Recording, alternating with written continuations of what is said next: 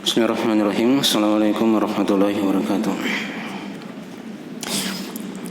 Innal hamdalillah nahmaduhu wa nasta'inuhu wa nastaghfiruh wa na'udzu billahi min shururi anfusina wa min sayyiati a'malina.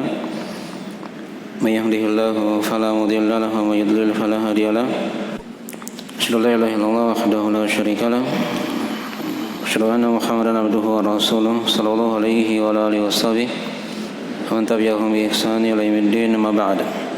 Asdaqal hadits kitabullah, khairul hadi hadi Muhammadin sallallahu alaihi wa alihi wasallam, syarrul umuri muhdatsatuha, fa inna kulla muhdatsatin bid'ah wa kullu bid'atin dhalalah wa kullu dhalalatin finnar. Masyaallah ikhwani wa akhwati rahimani wa rahimakumullah.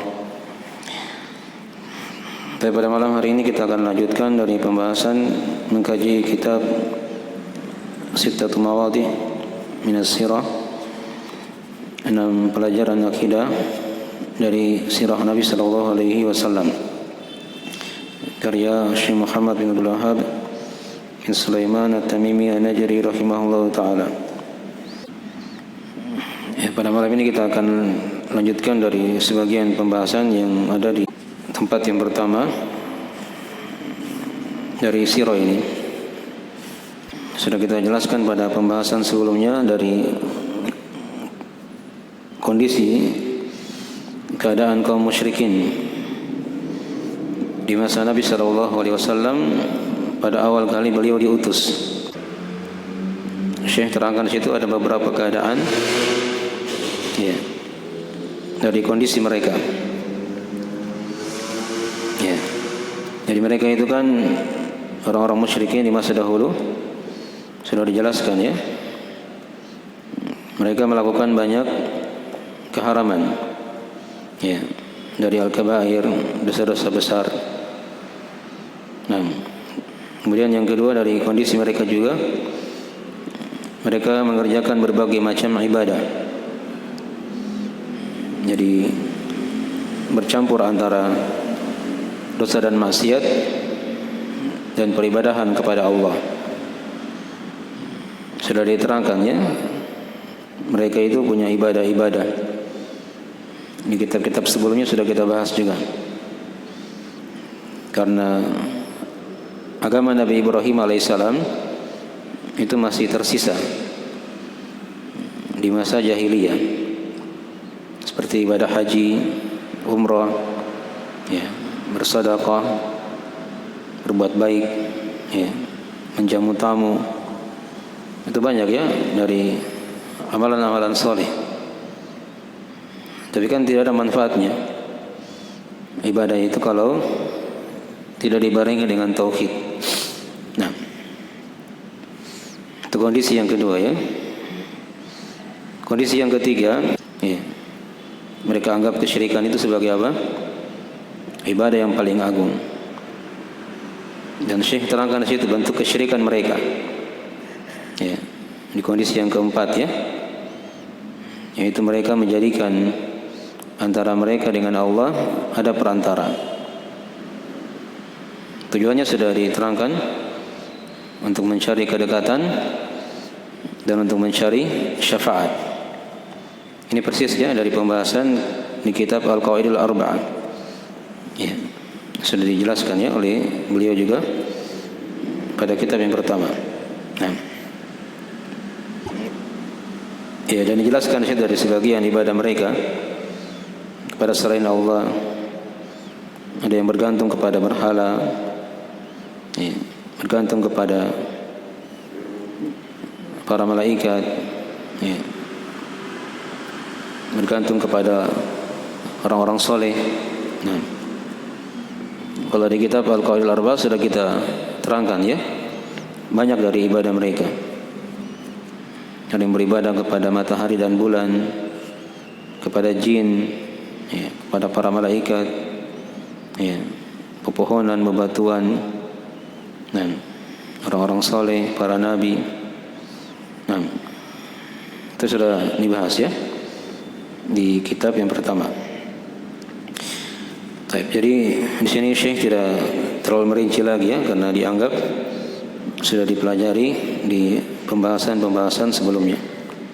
Ya, kemudian sisi pelajaran yang kita ambil di sini yang sudah diterangkannya bahwasanya ketika Nabi SAW melihat berbagai macam pelanggaran yang mereka lakukan berupa keharaman, maka Allah memerintah nabinya untuk memperingatkan mereka akan bahaya kesyirikan. Padahal kan banyak penyimpangan, banyak keharaman yang mereka lakukan. Sudah diterangkan ya. Nah, tapi awal yang Nabi diperintah oleh Allah untuk memberi peringatan kepada mereka adalah memberikan peringatan tentang bahaya kesyirikan. Yang sekaligus lawannya yaitu at-tauhid. Yang sudah kita terangkan ya dari awal dakwah Nabi sallallahu alaihi wasallam, memerintah mereka untuk mengucapkan kalimat la ilaha illallah. Tapi mereka malah menjawab ya dengan jawaban-jawaban yang sudah kita baca di surah Sad dan juga di surah As-Saffat. Ya. Baik. Dari sini dipetik pelajarannya, sudah kita terangkan bahwasanya seorang ketika dia melihat banyak kemungkaran yang terjadi di masyarakat misalnya, ya, atau di skala yang kecil di keluarganya, ya, maka awal yang diperbaiki di situ adalah akidah, tauhid. Ya, jelaskan tauhid dan sekaligus lawannya yaitu kesyirikan. Nah, bukan berarti tidak ditegur ya hal-hal yang lain itu yang menyimpang dari dosa-dosa besar. Itu belakangan setelah dipahamkan mereka apa? Tauhid dan sekaligus lawannya yaitu kesyirikan. Baik, ini kan sudah kita terangkan ya ayat-ayat di surah Al-Muddathir itu kan. Antara ayatnya kata Allah, "Warrujza fahjur." Dan rujiz yaitu berhala, patung-patung, ya, itu di antara penafsirannya kan.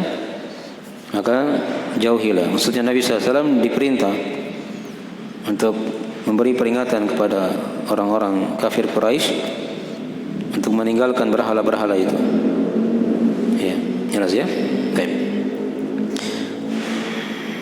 Jadi ini sisi pelajaran yang kita ambil ya.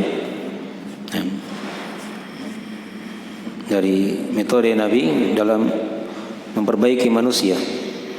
Jika terlihat banyak kesalahan, ya, penyimpangan, dosa dan maksiat, maka awal yang diperbaiki adalah tauhid, ya, dan sekaligus dijelaskan lawannya yaitu kesyirikan, ya, sambil berjalan hal-hal yang lain ya, dilihat mereka punya kesalahan apa, ya, diterangkan di situ dari hukumnya.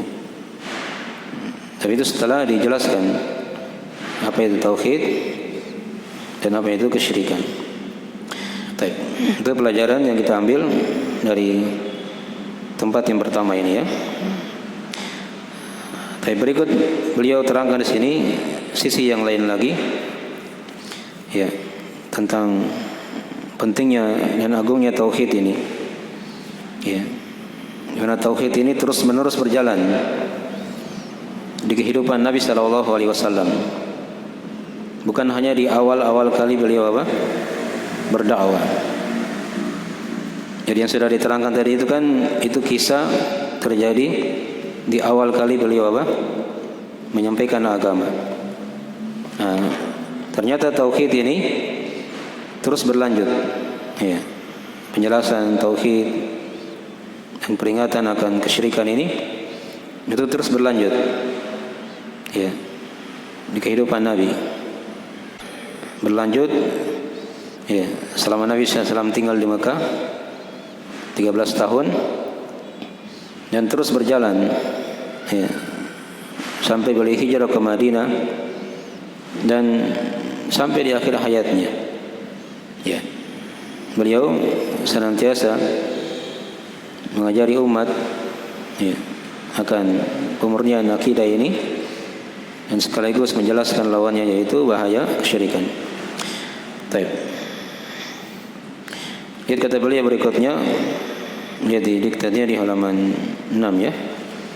Kalau di silsilah akidah ini ya, dari halaman 58, 59 ya, sampai halaman 60. Baik.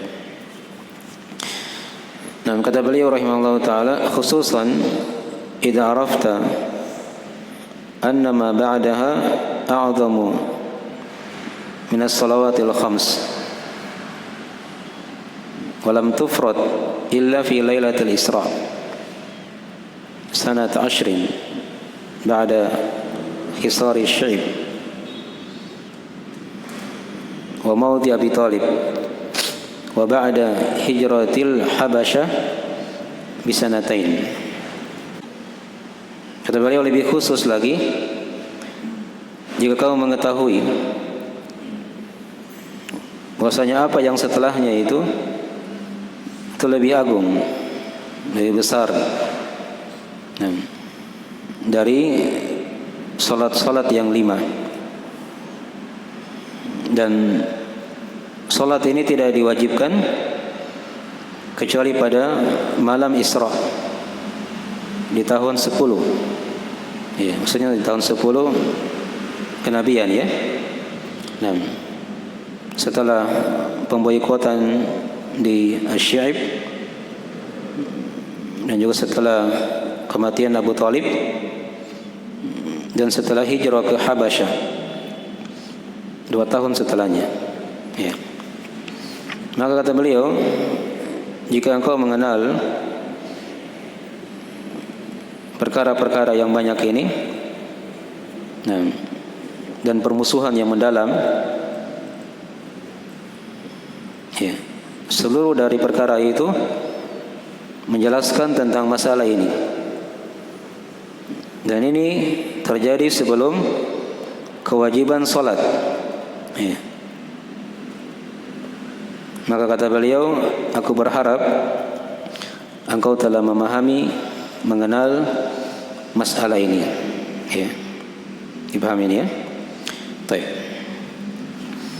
Jadi beliau sekarang lebih khususkan lagi pembahasan. Ternyata pengajaran Nabi itu menjelaskan tauhid dan kesyirikan ini itu terus berlanjut ya. Dan dimaklumi ya, ibadah yang paling agung setelah tauhid adalah apa? Salat 5 waktu kan? Nah, di sini kita lihat pelajaran tadi. Salat itu adalah rukun Islam yang kedua, dan dia dari ibadah yang paling agung setelah tauhid, syahadat la ilaha illallah Muhammadur Rasulullah. Tapi kata Syekh, salat ini tidak diwajibkan kecuali pada malam apa? Al-Isra di tahun ke-10 ya. Maksudnya setelah kenabian ya. Nah, bukan tahun ke-10 Hijriah. Ya, Nabi kan masih di Mekah. Ini menurut pendapat Syekh ya. Walaupun di masalah ini ada silang pendapat ya. Kapan itu terjadi Isra Mi'raj? Dari kisah kewajiban salat 5 waktu itu kan. Di sini Syekh kuatkan di tahun ke-10. Di tahun ke-10 kenabian. Jelas ya? Jadi Nabi sudah hidup di Mekah setelah menjadi Nabi dan Rasul selama 10 tahun. Belum ada salat. Begitu kan? Nanti di tahun ke-10 menurut penulis barulah turun apa? Kewajiban salat 5 waktu. Iya. Ada juga yang berpendapat dengan pendapat yang lain, dia diwajibkan di tahun ke-11 kenabian. Ada juga yang mengatakan dia diwajibkan di tahun ke-12. Iya. Jelas ya? Yang jelas dia sebelum hijrah. Sebelum hijrah ke Madinah. Ada yang mengatakan 3 tahun sebelum hijrah, 2 tahun atau setahun. Iya. Nah, Ini salat belakangan baru diwajibkan. Di kurun waktu yang pertama kenabian, tahun kedua, ketiga, keempat, kelima ini terjadi banyak dari kisah-kisah kan. Kalau kita baca sirah ya terjadi. Ya. Ada kisah-kisah yang besar di situ. Di sini Syekh terangkan di antaranya seperti pemboikotan di Asy-Syi'b. Nabi dan para sahabatnya pernah diboikot oleh orang-orang musyrikin. Ya. Jangan diajak bicara, enggak boleh transaksi dengan mereka. Ya. Jual beli dan seterusnya. Nah.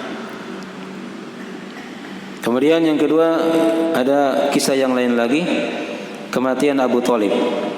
Ya. Ini kisah besar juga. Berdekatan dengan wafatnya istri beliau yang tercinta, yaitu Khadijah radhiyallahu ta'ala anha. Hanya selang 3 hari. Ya. Jadi setelah kematian Abu Thalib disusul dengan kisah yang berikutnya di sini, yaitu hijrah ke Habasyah. Ya, hijrah ke Habasyah. Ya, hijrah ke Habasyah ini ada beberapa pendapat ya diterangkan oleh para ulama. Kalau di sini Syekh menguatkan hijrah ke Habasyah terjadi di tahun ke-8 kenabian. Di tahun ke-8 kenabian. Karena setelah itu 2 tahun baru ada perintah apa? Salat 5 waktu. Jelas ya? Baik. Nah. Tapi ada yang mengatakan hijrah ke Habasyah ini terjadi di tahun ke-5. Ya. Terjadi di tahun ke-5. Yang jelas kalau dilihat di buku-buku sirah yang diterangkan oleh para ulama, hijrah ke Habasyah itu 2 kali. Ya. Hijrah ke Habasyah itu 2 kali. Nah, ada hijrah yang pertama, ada hijrah yang kedua. Apa itu Habasyah? Habasyah ini kan nama daerah ya, di Afrika sana. Kalau sekarang itu dia meliputi ada 4 wilayah kata para ulama. Di antaranya yang kita kenal itu adalah Ethiopia. Ya. Itu di antara wilayah Habasyah. Ya, Ethiopia ya.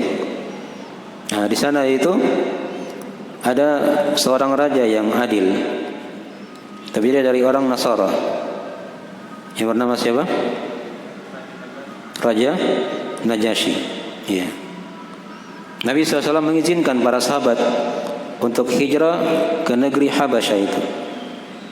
Ya. Karena di sana ada seorang raja yang adil yang bisa menjaga kaum muslimin dari kejaran ya orang-orang Quraisy. Dipahami ya? Nah. Itu panjang kisahnya diterangkan ya. Jadi hijrah yang pertama itu terjadi di bulan Rajab. Yang berhijrah itu tidak terlalu banyak, hanya belasan orang. Ya, di situ masuk Utsman bin Affan dengan istrinya yaitu Ruqayyah, yaitu putri Nabi SAW. Ya, Abu Salamah dan Ummu Salamah juga. Ini waktu belum meninggal ya, suaminya Ummu Salamah. Ya. Itu di antara orang-orang yang berhijrah di hijrah yang pertama. Ya. Nah, hijrah yang kedua itu terjadi di bulan Syawal. Nah, hijrah yang kedua ini banyak, sampai lebih 100 orang di situ.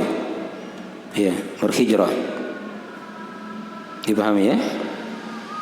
Baik. Di antaranya di situ Abu Musa al-Asy'ari dan orang-orang Asy'ariyun. Ya. Mereka hijrah ke negeri Habasyah. Jadi para sahabat diizinkan untuk berhijrah. Diizinkan untuk apa? Berhijrah. Dan itu terjadi sebelumnya ya. Sebelum meninggalnya Abu Thalib dan sebelum wafatnya Khadijah.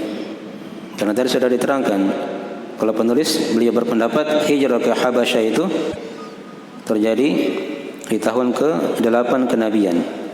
Ya. Terjadi di tahun ke-8 kenabian. Dan ada yang berpendapat dia juga terjadi di tahun ke-5 kenabian. Yang jelas di situ para sahabat sudah diizinkan hijrah. Dipahami ya? Baik. Ini kisah-kisah besar ya terjadi sebelum turunnya kewajiban apa? Salat 5 waktu. Dipahami ya? Baik. Dan Nabi SAW terus menerus ya mengajari umat menanamkan pondasi agama ini, yaitu tauhid, dan terus menerus beliau ingatkan akan bahaya kesyirikan. Ya. Ini berlanjut setelah beliau hijrah ke Madinah juga. Ya, beliau terus menerus menjelaskan tauhid dan sekaligus lawannya sambil turun hukum-hukum yang lain dari agama ini kan. Ya. Setelah itu turunlah puasa. Ya. Sebelumnya turun zakat, walaupun zakat ini sudah ada perintahnya di mana? Di Mekah. Karena selalu digandengkan di situ aqimus sholata wa atuz zakat. Ya. Tegakkanlah salat dan bayarlah zakat. Tapi rincian dari zakat itu dirinci di Madinah. Ya. Jenis-jenisnya. Dan seterusnya begitu ya, turun hukum-hukum. Tapi tauhid tetap jalan. Ya, peringatan akan bahaya kesyirikan itu tetap dijelaskan oleh Nabi sallallahu alaihi wasallam sampai beliau wafat. Di akhir dari kehidupan beliau bersabda, diterangkan dalam riwayat Al-Bukhari Muslim, la'anallahu al-yahuda wan nasara ittakhadhu qubur anbiya'ihim masajid. Semoga Allah melaknat orang-orang Yahudi dan orang-orang Nasara karena mereka menjadikan kubur-kubur nabi mereka sebagai tempat ibadah. Ya, itu kan tauhid. Dipahami ya? Ini di akhir hidup beliau. Beliau masih mengingatkan tentang tauhid dan sekaligus lawannya yaitu kesyirikan. Jelas ini ya? Ini dari cara Nabi untuk memperbaiki manusia. Ya, perbaiki umat. Maka ini pembahasan yang menegaskan ya akan agungnya peringatan terhadap kesyirikan. Ya. Sudah diterangkan tadi ya, bisa dilihat situ ya. Ini yang kita bahas tadi itu di masalah yang ke-5 dan masalah yang ke-6. Nah, penegasan agungnya peringatan terhadap kesyirikan, bahwa pemboikotan di Asy'ib ya dan hijrah ke Habasyah adalah karena masalah ini, masalah tauhid dan kesyirikan. Jadi kalau ditanya kenapa mereka diboikot, itu Nabi dan para sahabatnya diboikot oleh orang-orang musyrikin, ya itu karena masalah ini, ya masalah tauhid dan kesyirikan. Ya kenapa mereka hijrah ke Habasyah? Juga karena masalah ini. Karena mereka bertauhid dan meninggalkan kesyirikan. Jelas ini ya? Baik. Masalah yang ke-6 juga sudah dijelaskan tadi ya. Masalah penegasan keagungan masalah ini, bahwa kewajiban salat datang belakangan pada tahun 10 kenabian. Dipahami ya? Kalau sudah ada yang meninggal sebelum itu, sebelum turunnya kewajiban salat, sudah ada dari sebagian sahabat yang yang meninggal belum salat, tapi sudah punya tauhid. Ya. Baik. Maka itu dari cara mendidik ya dalam masalah ini. Tapi kalau sekarang beda lagi ya kondisinya. Kalau sekarang orang dah salat, ya dia meninggal itu lain lagi masalahnya ya. Dipahami ya? Itu dibedakan. Baik. Ini sudah selesai ya. Waktunya sudah masuk. Berikutnya kita masuk di tempat yang kedua ya. Ya sudah azan mungkin ya. Nanti kita sambung lagi insyaallah taala di sesi berikutnya. Jika ada Quran mau dimaafkan, akhir majelisnya. Assalamualaikum warahmatullahi wabarakatuh. Assalamualaikum warahmatullahi wabarakatuh.